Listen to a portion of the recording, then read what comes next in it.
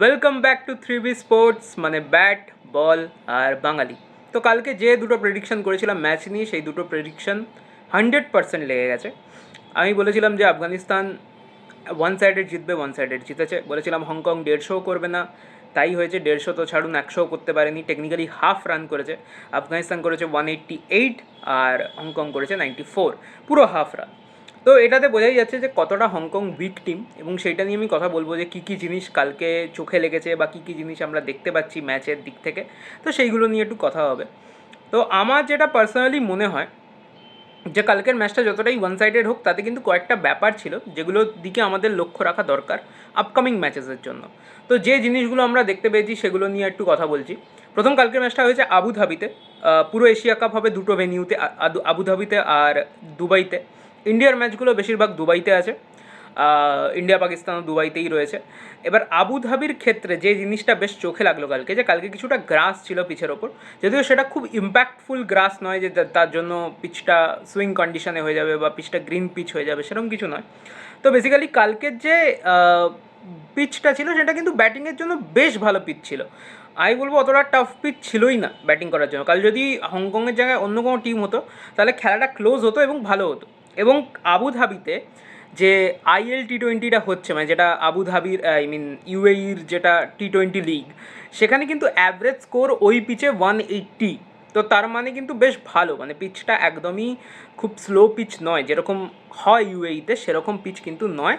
কিন্তু কাল কী কী জিনিস চোখে পড়লো, কী কী জিনিস দেখা গেল সেটা দেখা যাক। প্রথম কথা, আফগানিস্তান টসে জিতে ব্যাট নিল। এটা কিন্তু আফগানিস্তান টিমের ক্ষেত্রে একটা খুব ইম্পর্টেন্ট জিনিস বলে, যে আফগানিস্তান টিম কিন্তু প্রথমে ব্যাট করতে চায়, কারণ তারা নিজেদের বোলিংটাকে ভীষণভাবে ইম্পর্ট্যান্ট মনে করে এবং ভীষণভাবে পুশ করে, ব্যাক করে, কারণ তাদের বোলিং ভীষণ স্ট্রং এবং ওদের ব্যাটিংটাই দেখতে গেলে সবথেকে দুর্বল জায়গার মধ্যে পড়ে।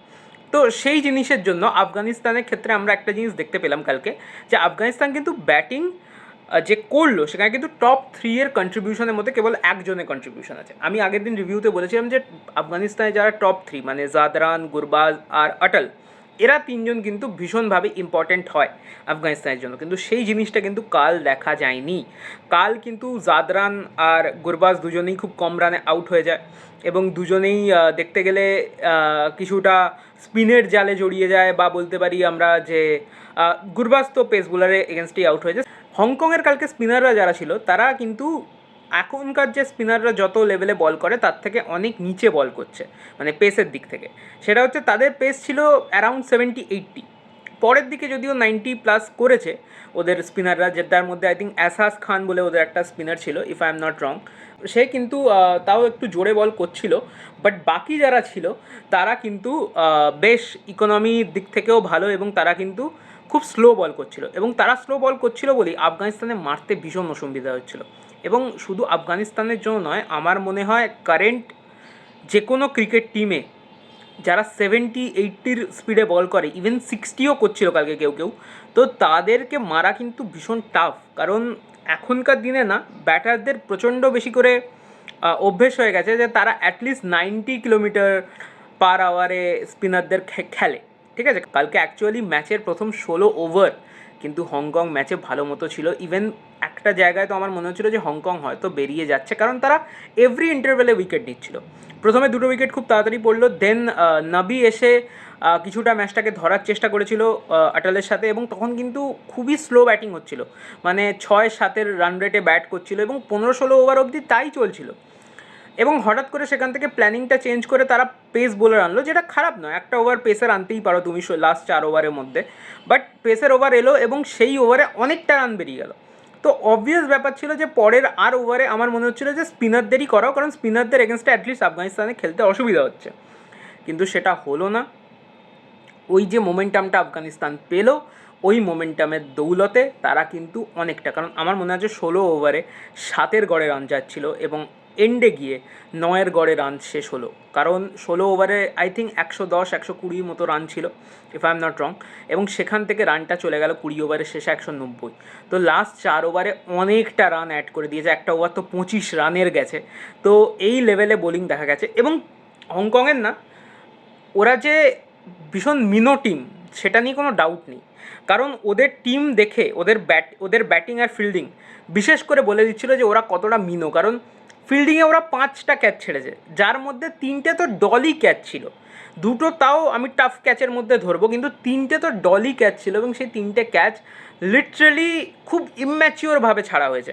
প্রথমে একটা স্লিপে রেগুলার ক্যাচ ছিল, they just drop it, like প্রথমবার খেলতে এসছে, ভারী বল, টাফ লেগেছে, তো সেই রকম একটা ছিল।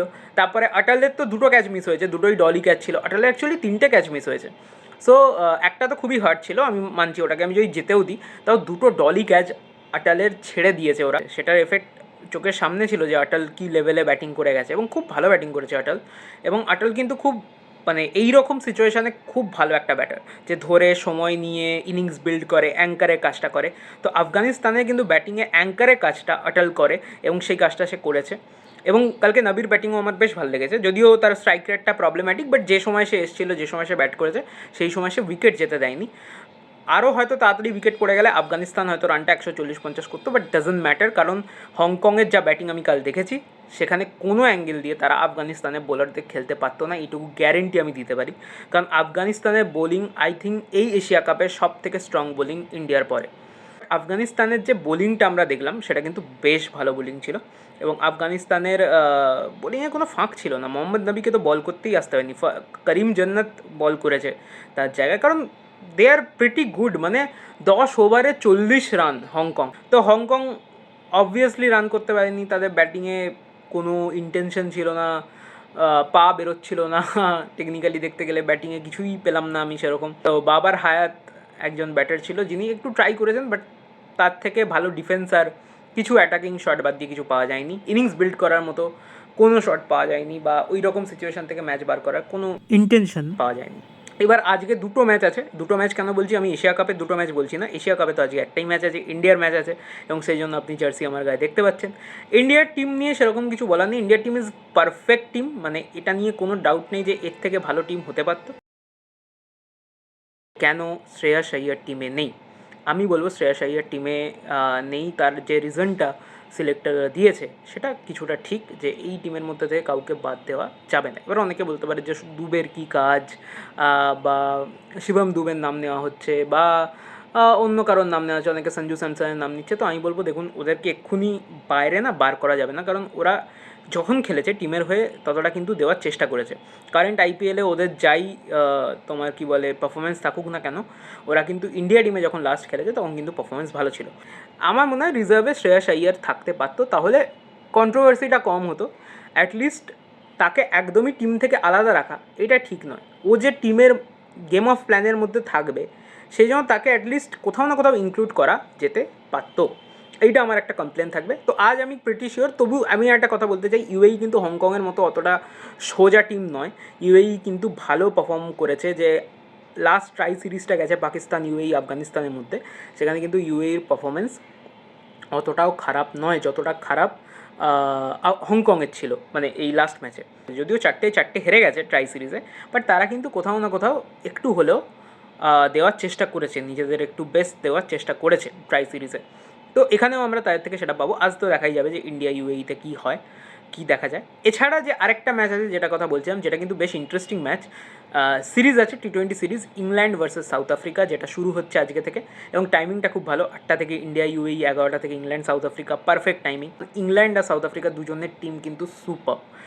সাউথ আফ্রিকার টিম যতটা স্ট্রং, ইংল্যান্ডের টিমও ততটা স্ট্রং, মানে কোনো কম্প্যারিজন নেই যে কোন টিম বেটার হবে। আই গেস খুব ভালো ম্যাচ হবে দুটোই, আমি মনে করছি যে ভালো খেলা হবে। সাউথ আফ্রিকা কিন্তু টি20তে অস্ট্রেলিয়ার কাছে হেরেছে, বাট এটা ভুললে চলবে না যে যেমন ইন্ডিয়া আজকে ডিফেন্ডিং ওয়ার্ল্ড চ্যাম্পিয়ন হিসেবে এশিয়া কাপে নামছে, তেমনই কিন্তু সাউথ আফ্রিকাও একজন ফাইনালিস্ট লাস্ট ওয়ার্ল্ড কাপে। তো সেই কথাটা মাথায় রেখে অবভিয়াসলি ইংল্যান্ড আর সাউথ আফ্রিকার একটা খুব ভালো ম্যাচ আমরা দেখতে চলেছি।